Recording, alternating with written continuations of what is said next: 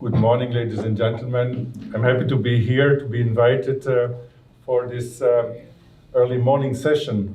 And my talk is about fragility fractures of the pelvis, and the subtitle, it's an underappreciated and growing problem. I will try to show you that. First of all, the definition. What is a fragility fracture? This is the definition of the World Health Organization. It's a fracture that is caused by an injury that would be insufficient to fracture normal bone, the result of reduced compressive and torsional strength of bone. That includes the osteoporotic fractures, the insufficiency fractures, and the geriatric fractures. So here we are looking at a growing elderly population in most of our industrialized countries. You see I was working in Germany. Japan has the oldest population in the world with a median age of 46, and immediately thereafter, Germany with a median age of 45. That means that 50 million people in Germany have the age of 45 or above, and the same is true for Japan. And you see the median age of populations in different large countries over the world in this slide. Here is the publication of 2015 that was looking at the discharge diagnosis of Medicare patients in the USA between 1993 and 2010. So it's an 18-year period. And you see the total amount of discharges is about 250 million. Traditional hip fractures count for discharge diagnosis in 3.5 million patients in this time period. Pelvic fractures only 500,000, acetabular fractures less than 100,000. But if you look at the incidence over time, then you see that there is a peak incidence in the, I would say, classical geriatric hip fracture in 1996, and it's going down by 25% until 2010. And the opposite is true for the pelvic fractures. So you see here a low incidence in 1993, and it's steadily increasing, again, an increase of about 25% over this 18-year period. Certainly, the absolute numbers are different. We talk about 100,000 and 500,000, but still it's a very important trend that you see in increasing incidence of pelvic fractures and decreasing incidence of traditional geriatric fractures. And I'll show you now some publications from Europe that are showing you that this is not a trend, this is really reality. So here a publication about the low trauma pelvic fractures in elderly Finns between 1970 and 2013 with a projection 2030. And you see there is an increasing incidence, age dependent, in females and in males over this time period, and there is a projection that this will go on with a steep increase until 2030. Also, another publication from Germany, from data of the insurance companies, where you see a sharply increasing incidence beginning at the age of 80 in male and in female patients. These are data from the pelvic trauma registry in Germany. You see three different time periods, 91 to 93, 98 to 2002, and 2004 to 2010. And you see a shift in the incidence of these pelvic fractures that is very clear. In 91 to 93, we had a majority of persons that suffered pelvic fractures being young and male. And here you see a shift towards older female in the period that is only 10 years later or 15 years later between 2004 and 2010.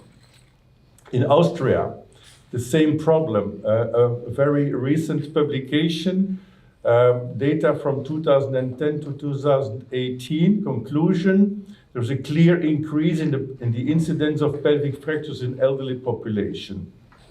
The same is true for Switzerland. Here you see demographic changes in pelvic fractures at the Swiss hospital. The demographic shift especially includes the older female population.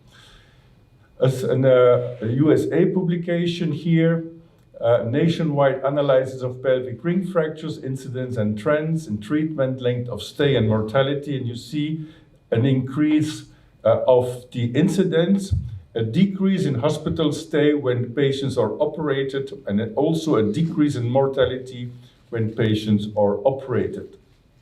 And because I'm from Belgium and I have the Belgian nationality, I had to add this publication, recent publication as well. It's a very small country, but nevertheless, also there is an increasing incidence of pelvic and acetabular fractures, with the majority of these fractures being in the older population. So we see all over Europe and also in the United States the same trends, that I would say reality of an increasing incidence of fragility fractures of the pelvis. Now, what are the differences between pelvic lesions in adults and in the elderly? There are a number of differences, but the most important ones are the quality of the bone and the different morphology, and also an increasing instability over time that may happen in patients that are treated conservatively. I show you here a publication here in a collaboration with the AO Research Institute in Davos.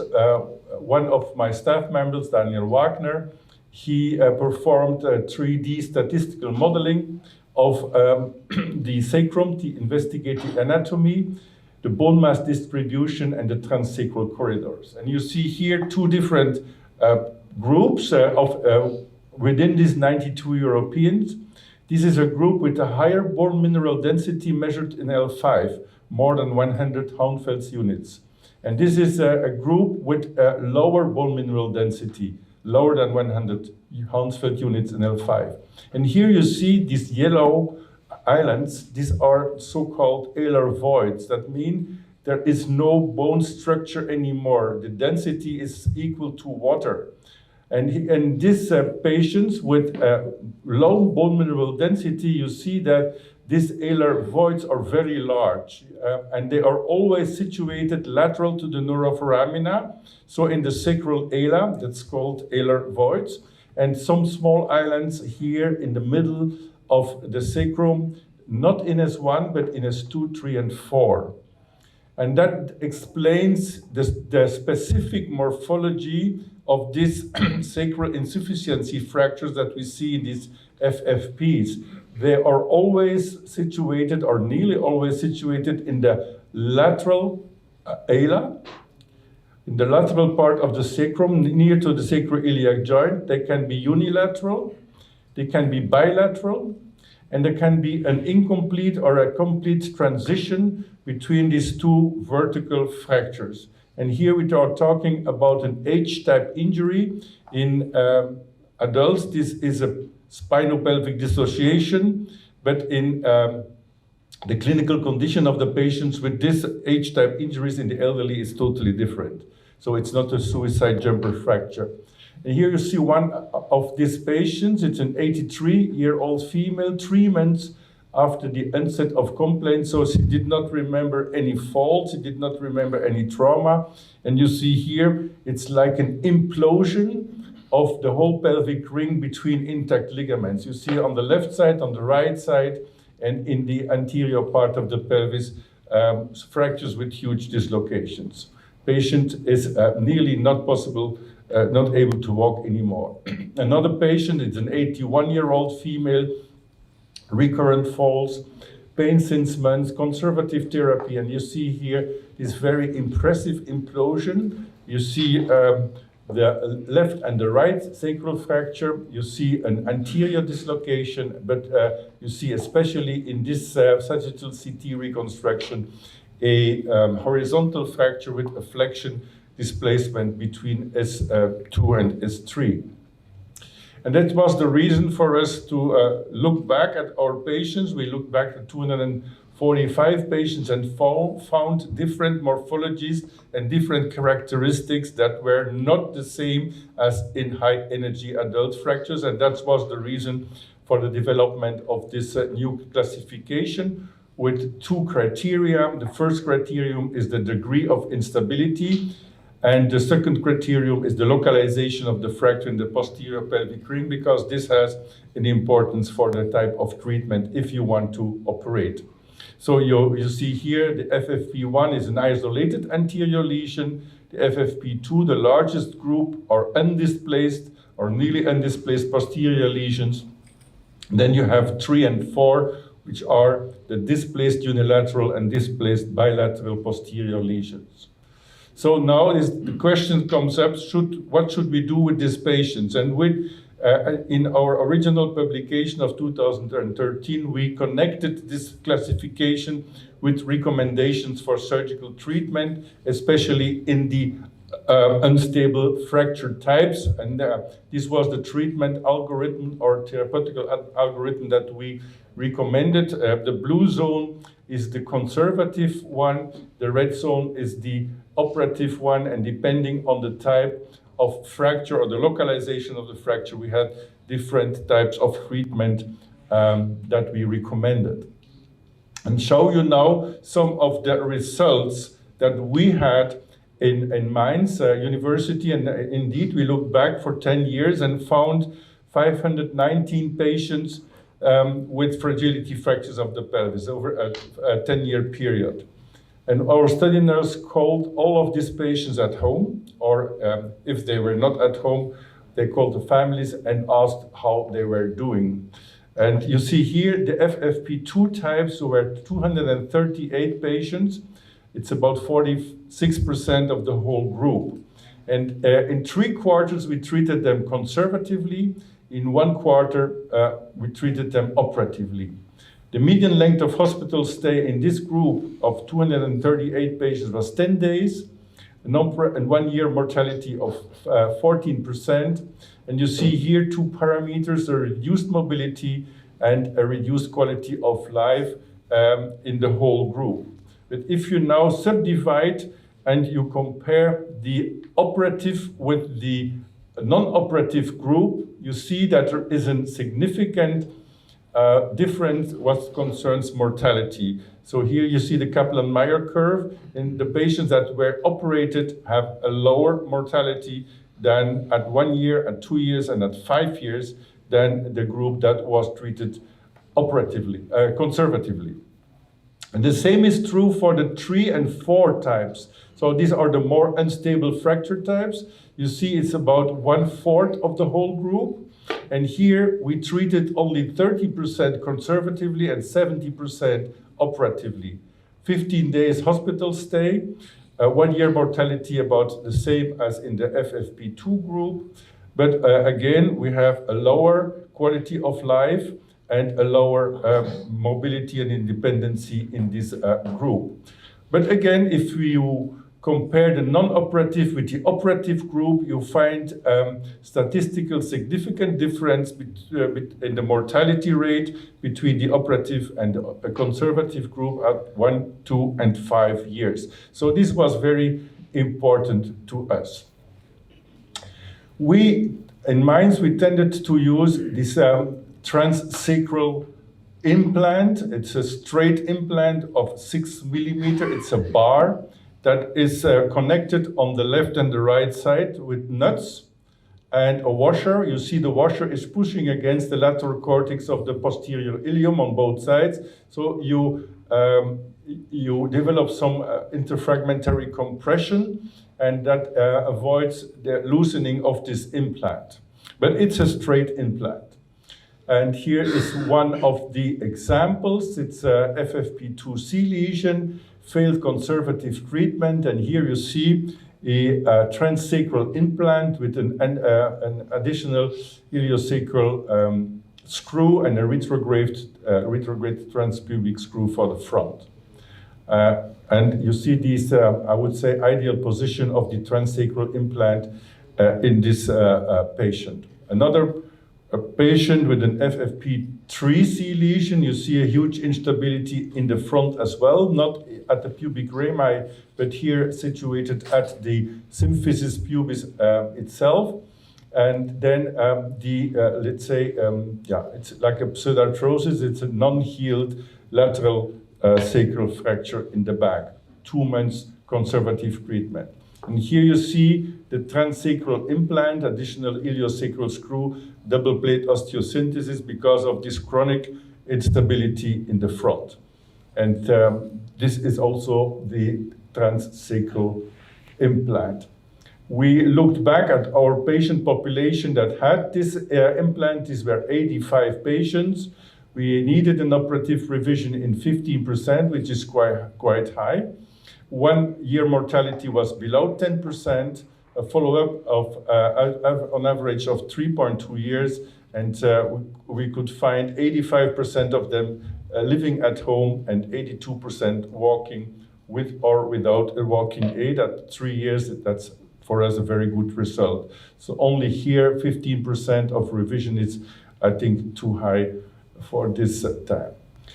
So then we looked at the space available for the transsacral implants to treat these fractures with this straight implant, the same outers. And here you see we looked at the CT scans of 156 individuals, and in only 51% of these pelvises, there was a, let's say, a corridor available with a safe zone for an implant of 6 millimeter diameter in S1. 22% did not offer enough space in S1 for an implant, even when ignoring the safe corridor. And in S2, this is better, but you have to know that a lot of these fractures have a horizontal component between S1 and S2, so it makes no sense then to fix S2 because this is below the fracture level. Also, we did a study on the transpubic screw corridor.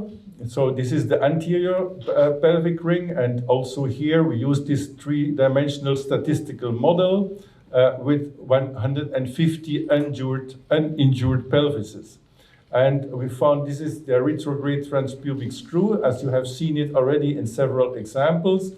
And here again, we found that the transpubic corridor with a diameter of 7.5 millimeter, which is the diameter about of this retrograde screw, large fragment screw, spongiosa screw, was only available in 185 of 300 investigated pubic rami, so 150 pelvises.